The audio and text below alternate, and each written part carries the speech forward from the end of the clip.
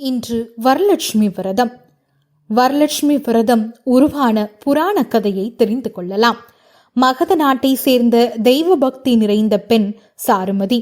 இவள் தனது கணவன், மாமனார், மாமியார் ஆகியோரை சாதாரண மனிதர்கள் போல் கருதாமல் இறைவனே அவர்களது வடிவில் எழுந்தருளியிருப்பதாக கருதி அவர்களுக்கு பணிவிடை செய்து வந்தாள். அவளது மனப்பான்மை மகாலட்சுமிக்கு மகிழ்ச்சியை தந்தது. மகாலட்சுமி சாருமதியின் கனவில் வரலட்சுமியாக தோன்றி அருள் புரிந்தார்.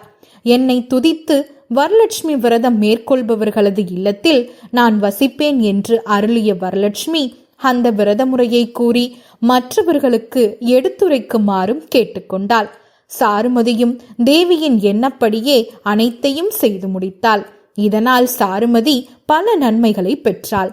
அதை கண்ட மற்ற பெண்களும் அந்த விரதத்தை கடைபிடிக்க தொடங்கினர். அதன் காரணமாக அந்த நாடே சுபிட்சம் அடைந்ததாக புராணங்கள் தெரிவிக்கிறது. வரலட்சுமி விரதத்தில் கலச வழிபாடு.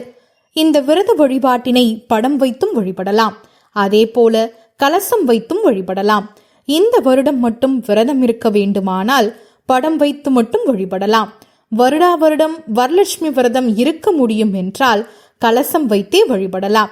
கலசத்தை மஞ்சள் நிற நூலால் சுற்றி கொண்டு அதில் பச்சரிசி, மஞ்சள், குங்குமம், எலுமிச்சை, காதோல கருகமணி, ஜாதிக்காய், ஏலக்காய், கிராம்பு, மாசிக்காய், நாணயங்கள் போன்றவற்றை 3/4 பாகத்துக்கு கலசத்துக்குள் வைக்கலாம்.